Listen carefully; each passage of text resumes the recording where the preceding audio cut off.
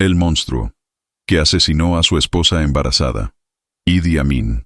El nacimiento de un tirano en las profundidades del continente africano, en una pequeña aldea de Uganda, nació un niño que décadas después se convertiría en uno de los dictadores más sanguinarios de la historia. Idi Amin Dada llegó al mundo aproximadamente en 1925, en un contexto de pobreza extrema y violencia tribal. Su infancia estuvo marcada por el abandono paterno y la lucha constante por la supervivencia. Nadie podría imaginar que aquel niño desnutrido y analfabeto terminaría gobernando un país entero con puño de hierro, dejando un rastro de sangre que mancharía para siempre la historia de Uganda. Desde muy joven, Amin mostró una complexión física imponente. Medía casi 2 metros de altura y poseía una fuerza descomunal que pronto llamó la atención de los colonizadores británicos. En 1946, con apenas 21 años, se unió a los Fusileros Africanos del Rey, un regimiento colonial británico. Allí comenzó su ascenso militar, participando en brutales campañas contra rebeliones locales en Kenia durante la revuelta Mau Mau. Los oficiales británicos quedaron impresionados por su ferocidad en combate, pero también alarmados por su crueldad excesiva. Ya entonces, Amin mostraba señales de una personalidad violenta y despiadada que no conocía límites ni piedad. Durante sus años en el ejército colonial, Idi Amin desarrolló un gusto por el poder y la intimidación. Ascendió rápidamente en las filas militares, convirtiéndose en uno de los primeros ugandeses en alcanzar el rango de oficial. Su carisma natural y su imponente presencia física le ganaron seguidores leales, pero su temperamento explosivo y su sed de control absoluto también sembraron las primeras semillas del terror. Cuando Uganda obtuvo su independencia en 1962, Amin ya era un comandante respetado y temido. El presidente Milton Obote lo nombró comandante del ejército, una decisión que resultaría fatídica para el país y para miles de inocentes. La relación entre Obote y Amin pronto se deterioró. El presidente comenzó a sospechar de las ambiciones de su comandante militar y de sus crecientes negocios ilícitos, que incluían contrabando de oro y marfil desde el Congo. En 1971, mientras Obote asistía a una cumbre en Singapur, Amin ejecutó un golpe de Estado perfectamente coordinado. Los tanques rugieron por las calles de Kampala, la capital ugandesa, y en cuestión de horas, Idi Amin se proclamó presidente de Uganda. La población, cansada del gobierno de Obote, inicialmente celebró el cambio. Bailaron en las calles, creyendo que un nuevo líder traería prosperidad y paz. No podían estar más equivocados. Habían dado la bienvenida a un monstruo que convertiría su país en un matadero humano durante los próximos 8 años de horror inimaginable. El harén del dictador Idi Amin no solo era conocido por su brutalidad política, sino también por su apetito insaciable por las mujeres. El dictador se casó oficialmente al menos 5 veces, aunque algunos historiadores sugieren que tuvo hasta 7 esposas simultáneamente, sin contar las innumerables amantes que pasaron por su lecho. Su primer matrimonio fue con Malyamu, una mujer de su propia etnia Kakwa, con quien tuvo varios hijos, pero para Amin, una sola mujer nunca fue suficiente. Su segundo matrimonio fue con Kai Adroa, una joven bailarina de extraordinaria belleza que capturó su atención durante una presentación cultural. Kai era elegante, educada y de familia respetable. Todo lo contrario al tosco militar que la tomó como esposa. La vida en el harén de Idi Amin era un infierno dorado. Las esposas vivían en mansiones lujosas, rodeadas de sirvientes y con acceso a todos los lujos materiales imaginables. Sin embargo, detrás de las puertas de mármol y los jardines exuberantes, reinaba el terror absoluto. Amin era tremendamente celoso y paranoico. Cualquier mirada mal interpretada, cualquier comentario inocente, cualquier retraso en responder a sus llamados, podía desencadenar su furia devastadora. Las esposas vivían en constante estado de ansiedad, sabiendo que el hombre que compartía su cama era capaz de ordenar ejecuciones antes del desayuno sin pestañear. Algunas noches Amin llegaba borracho y violento. Otras veces aparecía con regalos extravagantes y promesas de amor eterno. Era imposible predecir su comportamiento, y esa incertidumbre era parte de su método de control. Kai Adroa destacaba entre las esposas por su educación y refinamiento. A diferencia de las otras mujeres en la vida de Amin, Kay provenía de una familia prominente y había recibido educación occidental. Hablaba inglés con fluidez y conocía los protocolos diplomáticos, lo que la convertía en la compañera ideal para eventos oficiales. Amin la exhibía con orgullo ante diplomáticos extranjeros, disfrutando de la admiración que su belleza provocaba. Pero Kay también era inteligente y observadora. Con el tiempo, comenzó a ver detrás de la máscara del carismático líder que su esposo proyectaba al mundo. Presenció cómo ordenaba torturas, cómo reía mientras discutía ejecuciones, cómo su paranoia crecía día tras día hasta convertirse en demencia completa. Para 1974, Kay estaba embarazada de su cuarto hijo con Amin. Debería haber sido un momento de alegría, pero en realidad era una trampa mortal. El embarazo la hacía vulnerable y dependiente, justo cuando ella más necesitaba planear su escape. Kay había comenzado a confiar en personas equivocadas dentro del círculo íntimo de Amin, buscando desesperadamente una manera de salir del país con sus hijos. Pero en el régimen de Idi Amin, las paredes tenían oídos y la traición era la moneda de cambio más valiosa. Alguien cercano a Kay reportó sus conversaciones sospechosas directamente al dictador. La reacción de Amin fue fría y calculada. No hubo gritos ni confrontaciones inmediatas. Simplemente comenzó a vigilarla más de cerca, esperando el momento perfecto para actuar contra la mujer que llevaba a su hijo en el vientre y que ahora consideraba su enemiga. La espiral de locura y paranoia. Mediados de los años 70, el régimen de Idi Amin había alcanzado niveles de brutalidad que horrorizaban al mundo entero. Las estimaciones conservadoras hablan de 100.000 personas asesinadas durante su gobierno, aunque muchos historiadores creen que la cifra real supera las 300.000 víctimas. Los métodos de tortura empleados por sus escuadrones de la muerte eran tan creativos como espantosos. Los cuerpos mutilados aparecían flotando en el río Nilo, arrojados como basura después de sesiones de tortura inimaginables. Amin había creado unidades especiales conocidas como los asesinos de Estado, que operaban con total impunidad, secuestrando personas en plena luz del día para nunca más ser vistas con vida. La paranoia de Amin crecía exponencialmente con cada mes que pasaba. Veía conspiraciones en todas partes, enemigos imaginarios acechando en cada esquina. Miembros de su propio gabinete desaparecían sin explicación, solo para que sus restos desmembrados fueran encontrados días después. Se rumoraba que Amin practicaba canibalismo ritual, guardando cabezas de sus enemigos en el refrigerador de su residencia oficial. Aunque estos rumores nunca fueron completamente verificados, varios testigos cercanos al dictador afirmaron haber presenciado evidencias perturbadoras de estas prácticas. Lo que sí está documentado es su obsesión por los órganos internos de sus víctimas, que según algunos informes, consultaba con brujos tradicionales para leer el futuro en las entrañas de sus enemigos ejecutados. En este contexto de locura institucionalizada, Kay Adroa se encontraba atrapada sin salida aparente. Su embarazo avanzaba y con él, su desesperación aumentaba. Había intentado enviar mensajes secretos a su familia, buscando ayuda para huir del país, pero todas las comunicaciones eran monitoreadas. Los servicios de inteligencia de Amin, entrenados por israelíes antes de que Amin rompiera relaciones con Israel, eran brutalmente eficientes. Interceptaban cartas, grababan conversaciones telefónicas y tenían informantes infiltrados en cada nivel de la sociedad ugandesa. Kay cometió el error fatal de confiar en una empleada doméstica que, aterrorizada por las amenazas de los agentes de seguridad, reveló todos los planes de escape de la esposa del presidente. Cuando Amin confrontó a Kay, no hubo violencia inmediata. El dictador era muchas cosas, pero también era astuto y calculador cuando convenía a sus intereses. La invitó a una cena privada en una de sus residencias, lejos de la capital. Kay, ingenuamente, creyó que quizás podría convencerlo de dejarla ir, de permitirle vivir tranquila con sus hijos en algún país lejano. Durante la cena, Amin fue encantador, casi cariñoso. Habló de sus recuerdos juntos, de los primeros días de su relación, de los hijos que compartían. Kay comenzó a relajarse pensando que tal vez había juzgado mal la situación. Pero cuando intentó retirarse a descansar, descubrió que las puertas estaban cerradas con llave desde fuera. Estaba prisionera.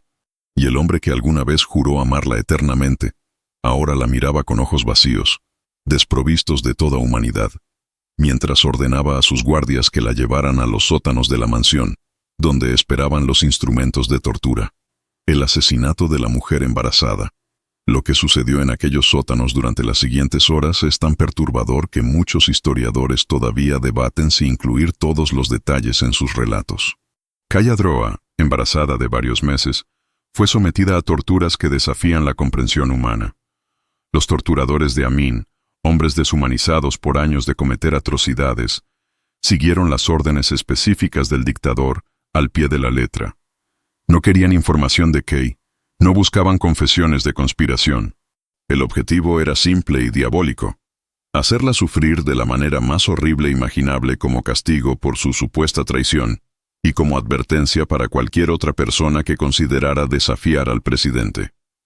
Según los testimonios de uno de los guardias que después huyó del país y testificó ante investigadores internacionales, Kay fue golpeada repetidamente en el abdomen, poniendo en peligro directo la vida del bebé nonato. Sus gritos resonaban por los corredores subterráneos, pero nadie acudió en su ayuda. Nadie se atrevía a intervenir en los asuntos personales de Idi Amin. La tortura continuó durante horas, con breves descansos, solo para mantenerla consciente y maximizar su sufrimiento. En algún momento de aquella noche infernal, Kaya Droa perdió al bebé que llevaba en su vientre, pero incluso eso no detuvo la brutalidad.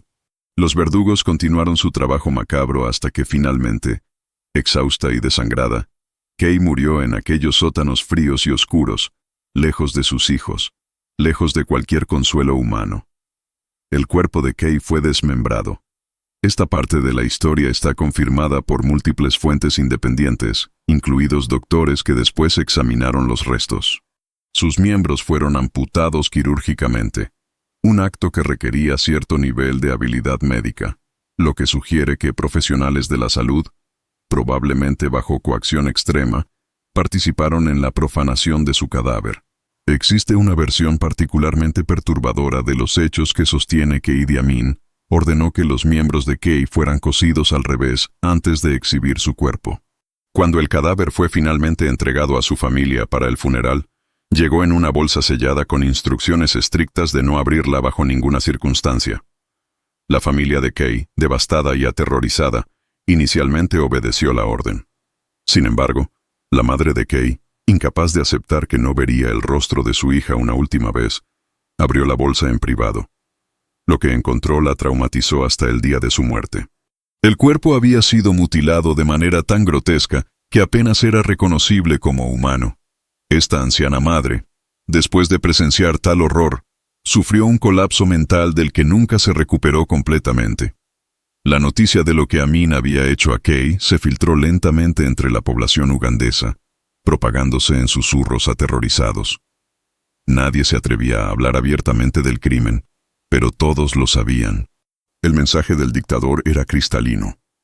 Ni siquiera sus propias esposas estaban a salvo de su ira. Si podía hacer eso a una mujer que alguna vez amó, a la madre de sus hijos, entonces nadie en Uganda estaba seguro. El reino de terror de Amin había alcanzado un nuevo nivel de depravación absoluta que helaría la sangre incluso de los observadores internacionales más curtidos. La caída del monstruo y su legado de horror. Después del asesinato de Kaya Droa en 1974, Idi Amin continuó gobernando Uganda durante 5 años más de terror ininterrumpido. Su régimen se volvió cada vez más errático e irracional. Expulsó a toda la población de origen asiático del país, aproximadamente 80,000 personas, confiscando sus negocios y propiedades en una medida que destruyó la economía ugandesa. Rompió relaciones con Israel, sus antiguos aliados, y se alineó con Libia y la Unión Soviética.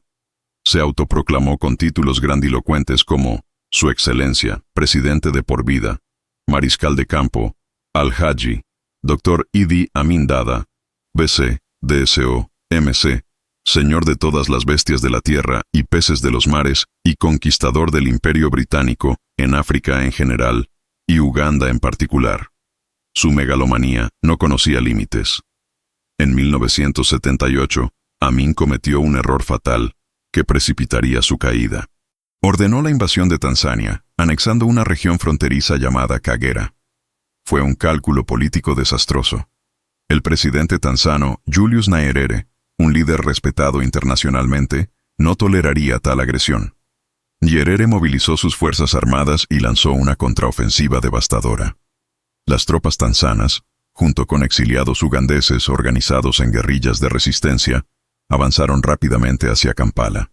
El ejército de Amin, diezmado por purgas internas y desmoralizado por años de corrupción, colapsó casi sin resistencia. En abril de 1979, apenas 8 años después de tomar el poder mediante un golpe de Estado, Idi Amin huyó patéticamente de Uganda en un helicóptero libio, dejando atrás un país destruido y traumatizado. Amin encontró refugio primero en Libia, donde su aliado Muammar Gaddafi lo recibió brevemente. Sin embargo, incluso Gaddafi pronto se cansó del dictador caído y sus constantes demandas. Amin terminó en Arabia Saudita, donde el gobierno le otorgó asilo a cambio de que mantuviera un perfil bajo. Vivió en Jeddah durante más de 2 décadas, en un cómodo exilio dorado que contrastaba obscenamente con el sufrimiento que había causado. Recibía una generosa pensión del gobierno saudí y vivía en una villa lujosa. Nunca expresó remordimiento por sus crímenes. Nunca fue llevado ante la justicia internacional. Nunca enfrentó un tribunal por el asesinato de Kayadroa, ni por las 300.000 víctimas de su régimen genocida. Idi Amin Dada murió en agosto de 2003, en un hospital de Jeddah, por insuficiencia renal múltiple. Tenía aproximadamente 78 años. Hasta sus últimos días, según quienes lo visitaron, mantenía que había sido un gran líder, incomprendido por sus enemigos y traicionado por su propio pueblo. No había aprendido nada, no sentía nada, era incapaz de cualquier forma de autorreflexión o arrepentimiento. El mundo recibió la noticia de su muerte con alivio y repugnancia a partes iguales. Uganda, el país que aterrorizó durante 8 años interminables, todavía lleva las cicatrices de su gobierno. Generaciones enteras crecieron traumatizadas por el miedo. Familias enteras fueron exterminadas sin dejar rastro. Y Kayadroa, la hermosa bailarina que tuvo la desgracia de capturar la atención de un monstruo, permanece como un símbolo escalofriante de que en el reino de la tiranía absoluta, ni el amor, ni el matrimonio, ni siquiera un embarazo pueden proteger a nadie de la crueldad ilimitada del poder despótico. Su asesinato representa no solo un crimen personal de horror inimaginable, sino también una advertencia eterna sobre lo que sucede cuando los monstruos toman el control de naciones enteras y operan sin límites, sin ley y sin humanidad alguna. Los hijos del monstruo y las otras esposas olvidadas. La historia de Kayadroa no fue la única tragedia en el harén macabro de Idi Amin. Mientras el mundo se horrorizaba con el asesinato brutal de la esposa embarazada del dictador, otras mujeres continuaban atrapadas en la pesadilla de ser las compañeras del tirano más sanguinario de África. Sara Kyolaba, conocida como Mama Salam, se convirtió en la esposa favorita de Amin después de la muerte de Kay. Era una bailarina de la banda militar que capturó la atención del dictador durante una presentación oficial en 1975. Sara era joven, apenas tenía 19 años cuando Amin, que entonces tenía 50, la tomó como su quinta esposa oficial en una boda extravagante que costó millones de dólares al empobrecido país. La ceremonia nupcial de Sara y Amin fue un espectáculo de obscenidad mientras Uganda se hundía en la miseria. Llegaron invitados de todo el mundo, incluyendo al dictador libio Muammar Gaddafi y al presidente palestino Yasser Arafat. Amin desfiló por las calles de Kampala en un palanquín dorado cargado por prisioneros políticos que habían sido liberados temporalmente para la ocasión, solo para ser devueltos a las mazmorras después de la ceremonia. Sara llevaba un vestido importado de París que costaba más que el presupuesto anual de salud de varias provincias ugandesas. Los invitados se deleitaron con caviar y champán mientras a pocos kilómetros de distancia, en las cárceles secretas de Amin, se torturaba y ejecutaba a ciudadanos inocentes cuyo único crimen era pertenecer a la etnia equivocada o haber sido denunciados por algún vecino resentido. Sara conocía el destino de Kayadroa. Todas las esposas lo conocían. El terror de lo que le sucedió a Kay se convirtió en el fantasma que habitaba cada rincón de las mansiones presidenciales. Sara desarrolló una estrategia de supervivencia basada en la sumisión absoluta y la adulación constante. Nunca contradecía a Amin, nunca cuestionaba sus órdenes, nunca mostraba el más mínimo signo de voluntad propia.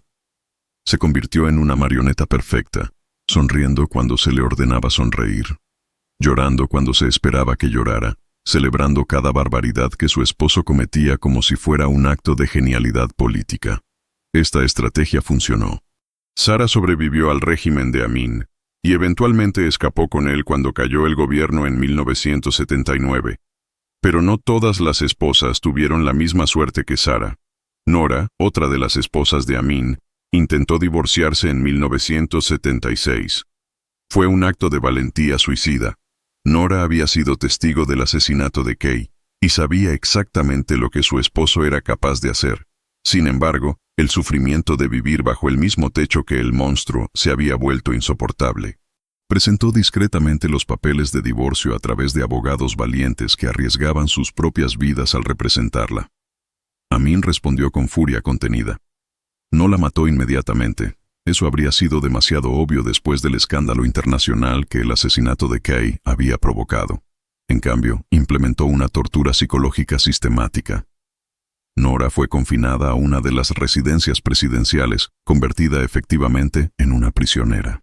Sus hijos le fueron arrebatados y llevados a otras partes del país donde no podía verlos. Sus visitas eran monitoreadas constantemente. Su comida era inspeccionada, sus conversaciones grabadas, sus movimientos restringidos. Los hijos de Idi Amin vivieron sus propias pesadillas. El dictador tuvo aproximadamente 40 hijos con sus diversas esposas y amantes. Algunos de estos niños crecieron con privilegios extraordinarios, conduciendo autos de lujo importados, estudiando en escuelas privadas, viviendo en mansiones con sirvientes a su disposición. Pero ese lujo tenía un precio terrible. Crecieron sabiendo que su padre era un asesino en masa, que las manos que los abrazaban eran las mismas que firmaban órdenes de ejecución antes del desayuno. Algunos de los hijos mayores fueron forzados a presenciar torturas y ejecuciones como parte de su educación en el ejercicio del poder. Amin creía que esto los fortalecería, los prepararía para eventualmente heredar su legado de terror. Jafar Amin, uno de los hijos del dictador, años después describió en entrevistas la esquizofrenia de crecer en ese ambiente. En público, su padre era el líder carismático que bailaba con dignatarios extranjeros y hacía reír a las multitudes con sus discursos extravagantes. En privado, era un hombre volátil e impredecible, que podía pasar de abrazar a sus hijos a golpearlos brutalmente en cuestión de segundos si percibía alguna falta de respeto. Jafar recordaba noches en las que escuchaba gritos provenientes de otras partes de la residencia presidencial, gritos que cesaban abruptamente y nunca se mencionaban a la mañana siguiente. Recordaba empleados domésticos que desaparecían sin explicación, reemplazados silenciosamente por nuevos rostros aterrorizados que sabían mejor que hacer preguntas. Cuando Amin finalmente huyó a Arabia Saudita en 1979, llevó consigo a Sara y a algunos de sus hijos. Dejó atrás a otras esposas y a docenas de hijos que tuvieron que enfrentar la ira de un país traumatizado buscando venganza. Algunos de los hijos de Amin fueron atacados por turbas enfurecidas. Otros tuvieron que cambiar sus nombres y esconderse para sobrevivir. Las esposas abandonadas enfrentaron el ostracismo social absoluto. Nadie quería emplearlas, nadie quería asociarse con ellas. Llevaban la marca de haber estado casadas con el monstruo. Algunas cayeron en la pobreza extrema, mendigando en las mismas calles donde alguna vez desfilaron en limusinas presidenciales. La caída fue tan brutal como repentina. Un recordatorio devastador de que todo el poder y privilegio que habían experimentado estaba construido sobre un fundamento de sangre y terror que eventualmente colapsó bajo su propio peso monstruoso. En el exilio saudí, Amin vivió rodeado de algunas de sus esposas e hijos favoritos, pero incluso allí el legado de su brutalidad lo perseguía. Sara eventualmente se divorció de él y huyó a Europa con sus hijos, incapaz de soportar más tiempo al hombre que había convertido su vida en una prisión dorada. Murió en el año 2015 en Londres, llevándose consigo secretos que nunca compartió públicamente sobre los horrores que presenció durante su matrimonio con el dictador. Los hijos de Amin quedaron dispersos por el mundo, algunos negando públicamente cualquier conexión con su padre, otros defendiéndolo inexplicablemente, incapaces de reconciliar al monstruo histórico con el hombre que conocieron en privado. Hasta el día de hoy, ser identificado como hijo o hija de Idi Amin Dada es llevar una maldición, un estigma imborrable que conecta a personas inocentes con uno de los capítulos más oscuros de la historia africana, un recordatorio viviente de que los crímenes de los tiranos no solo destruyen a sus víctimas directas, sino que envenenan generaciones enteras, dejando cicatrices que el tiempo nunca sanará completamente.